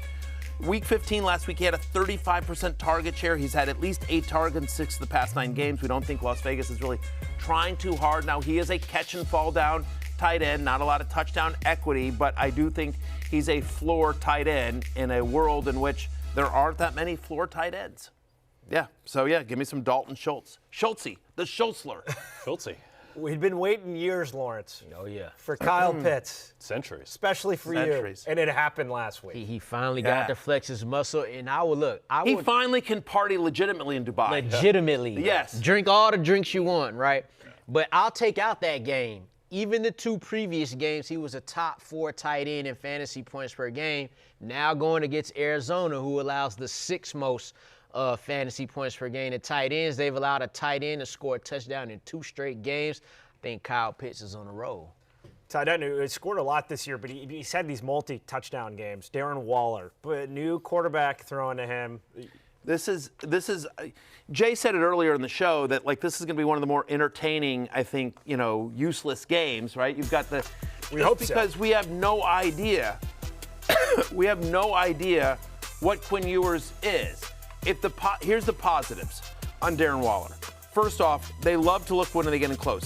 Since he's been active, when he's active this year, he sees almost 60% of the Dolphins' end zone targets. They scheme looks for him when they're in close, and no team has allowed more touchdowns to tight ends this season than the Cincinnati Bengals. They've given up 15. That's 5 more than any other team. The other thing that you can sort of hang your hat on here is that, again, you mentioned Skylar Thompson earlier in the show, Lawrence. Like, they've known all week that Quinn Ewers is going to be the guy. And so, like, you think about that playoff game a little while ago when he had to get 7th-round rookie Skylar Thompson up in Buffalo. Like, McDaniel coached him up. And so this is a big move benching Tua. So has McDaniel, who I think is a pretty good play caller and a very good offensive mind, schemed up a thing that basically hides Quinn Ewers' deficiencies and helps him maximize what he can do. And so that's the whole hope here. All that said,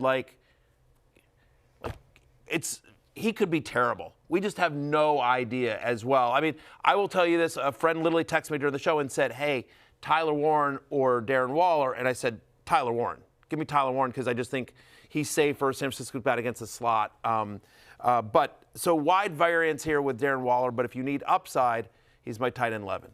Yeah. Okay. Wide variance. Flip cup time. Is it? Okay. Do you want to break down what does everyone know the rules? Yeah, the flip list. Yeah. What are these rules, Matthew? Right. Well, just we down, up, down, drink, and then flip. It's been honestly, and get in, because move stuff that you don't want. Yeah, I'm right. All right, here we go. So brutal, so brutal. We'll get this eventually. Yeah.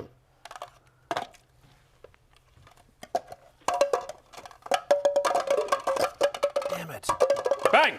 Oh, third. There you go. George is fourth. The important part is I beat somebody. I beat George. Beat George. There we go. Lawrence, you win. Who's your touchdown pick today, brother?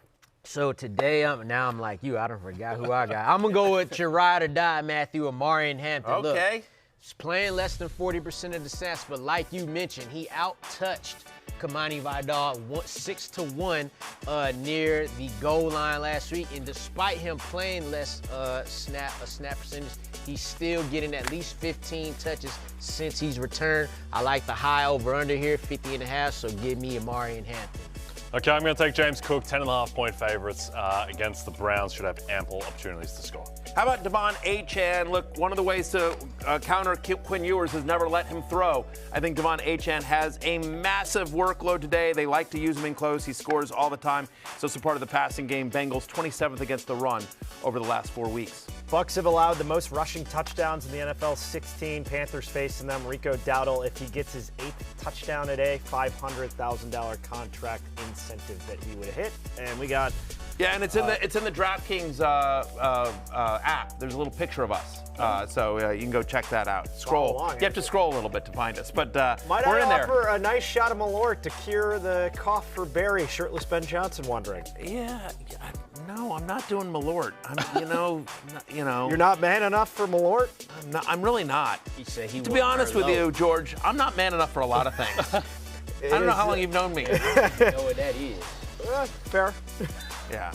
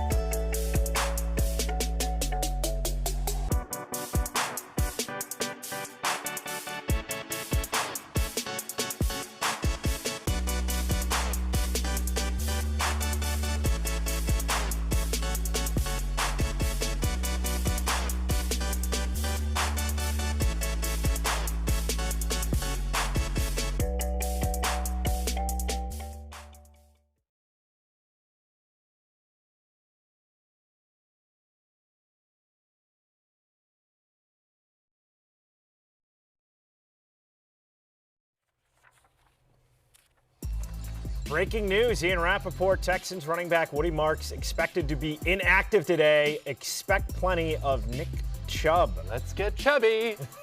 Who is on Jay's team, the Chubby Leather Daddies. It's going to be a bunch of Dario Gumbawale. That's exactly what it's going to be. Of course. All right. Beer goggles, scale of 1 to 5 beers. What would it take for you to start these players? Minnesota at the Giants, JJ McCarthy. 3 beers for JJ McCarthy. Would have been 5 beers for any matchup a few weeks ago, but JJ turned the corner. I still think you can probably do better, but there are worse options than JJ at this point. How about Aaron Jones out of that Vikings backfield? Three beers as well. He's had double-digit touches 3 of the last 4 games, but only in one of those he had more than 65 scrimmage yards. So, in no touchdowns, so 3 beers. Explosive week last week for Tyrone Tracy. Now he has the Vikings defense, Matthew. Yeah, he really does. By the way, each of his past 3 healthy games, he's averaged over 19 fantasy points per game. He's finished as a top 13 fantasy running back. Coming off the huge game last week, I think Mike Kafka continues to go to him. It's worth noting the Vikings have given up a touchdown to a running back in 7 of their past 8 games. So just 2 beers, which is nothing to me. As you know, I'm impervious to alcohol. He's my running back 15 today.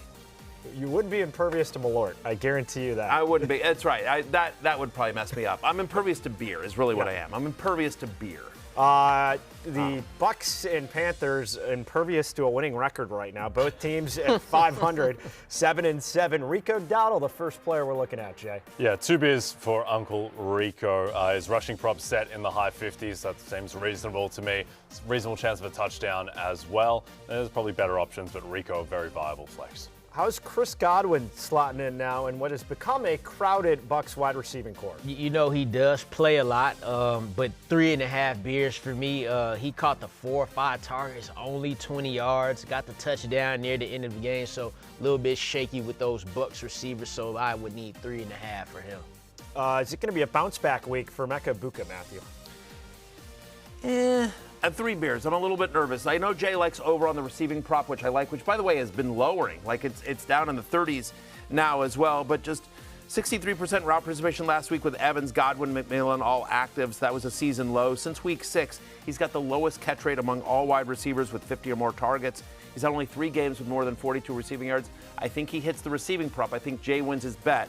But he's my wide receiver 28. I would like to avoid Abuka if I could today. Jags at Broncos. Trevor Lawrence, for you, Jay. If you got to start him right now, how many beers? 2 beers for Trevor Lawrence. I don't believe that he's going to replicate what he did against the Jets, but he can still be viable. Even if he doesn't, I think he's a pretty solid QB2 in a game where he will likely need to throw. Jacoby Myers has found a home in that Jags offense, Lawrence. Oh, yeah. Wide receiver 13 in total fantasy points since becoming a Jaguar. So only 2 beers for me for him, but the 2 beers is obviously because of the matchup and what you're going to have to deal with on the Broncos' defensive back end. Broncos favored in this one. Could be a lot of R.J. Harvey, Matthew. Yeah, listen, 4 games as a starter. He's averaging over 15 fantasy points per game, averaging 18 touches per game. Almost a double-digit target share. Just 2 beers, he's my running back 14. Last game, Sunday Night Football, Patriots and Ravens. Lamar Jackson. 0 beers for Lamar. 0. It's Lamar Jackson. Still, he's looked much better to me, I think, physically the past 2 weeks. Turned the corner a bit. Stats haven't entirely been there, but against a Pats defense, the Josh Allen just completely eviscerated in the second half. I think Lamar will have some success. How many beers would you need for Travion Henderson? 0 as well. Look, he's running back 3 fantasy points per game since week 10, and he's got 3 games with 2 touchdowns in that span. I don't need any beers to start a player with this type of playmaking ability. So you guys go on Athletic Brewing Company, NA, for your 2 selections there. The final one, Stephon Diggs, Matthew. Yeah, 3 beers. Listen, ideally you're avoiding it. I'd want to, for 3 beers for a normal person, for me that's nothing. But for a normal person, 3 beers would, get you feeling pretty good. 3 straight games with under 6 fantasy points, 56% route participation, not a lot. It feels like Mac Hollins and Kayshon Boutte have sort of taken over some of this role. Since week 6, Diggs has only 2 games, literally only 2 games with more than 50 receiving yards. You total it up, 27 beers among the desk, but Jay, Lawrence, 10 each. Barry, only 7 to taking his foot off the gas. Lawrence was trying to get to 500. Didn't cash last week. He is 6-8, has picked up Barry 6 times, Jay 8 times, 5 and 10. We got 90 seconds to go. Pickup lines time. I'll start off, and I'm going to get right to it, Matthew. Lamar and Derrick Henry, 125 rushing yards combined at plus 121. They've done it in 2 straight games. New England, their last 4 games, Allen and Cook, 148. Dart and the Giants running backs, 124. Chase Brown, 107, but that's when Flacco was the quarterback.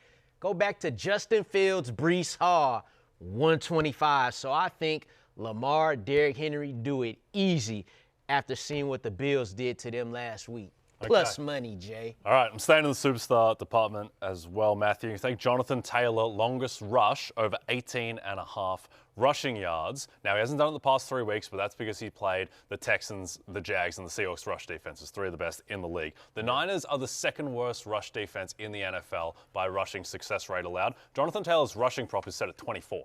24. Right. If Jonathan Taylor has 24 chances to run for 19 yards against the 2nd worst rush defense in the NFL, I think he does it. Boy, I like both those. Agree. I like both those. I like both those bets. I agree. I'm going to go home with Jay, but I really like that bet, Lamar and Derrick Henry tonight as well. Yeah. I may steal that tonight for Football Night in America. I haven't figured out what I want to do yet, so I may do that. But I'm going home with Jay. But as always, Lawrence, keep your phone on. I may roll through. Roll through? Yeah, roll through afterwards. The charm of the Aussie works once again. We'll see if it cashes, though. Final block up next.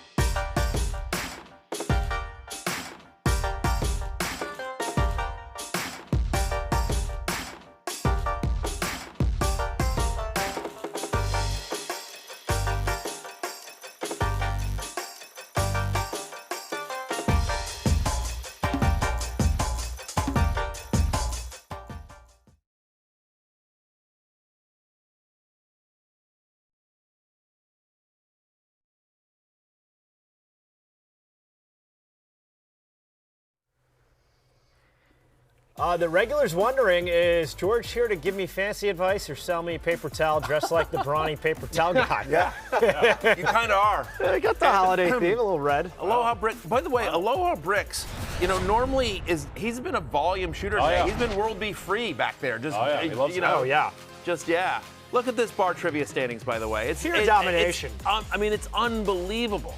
Crazy. The real story is Mike climbed back to 500, but that's fine. No, the real story, a record-setting week for Barry. Went 13-2 last week. Best record we have ever had on Fantasy Football Pregame. Yeah. I'd say getting hot at the right time, but I've been hot all year. I'm dominating you guys, crushing you guys like grapes, crushing you guys like grapes. For how bad you were in the League of Assholes, you've been phenomenal in bar trivia. I was better than you. We got 2 minutes to go. I gave you a 7-game head start, and I still beat your ass. Hey. All right, let's go. These guys can crash. You can't in that league. Let's go. This is fair. More fantasy points. You got to go first. Josh Allen or James Cook? Josh Allen. Josh Allen. Josh Allen. Or passing yards. Justin Herbert, Dak Prescott? Dak Prescott. Dak. Herbert.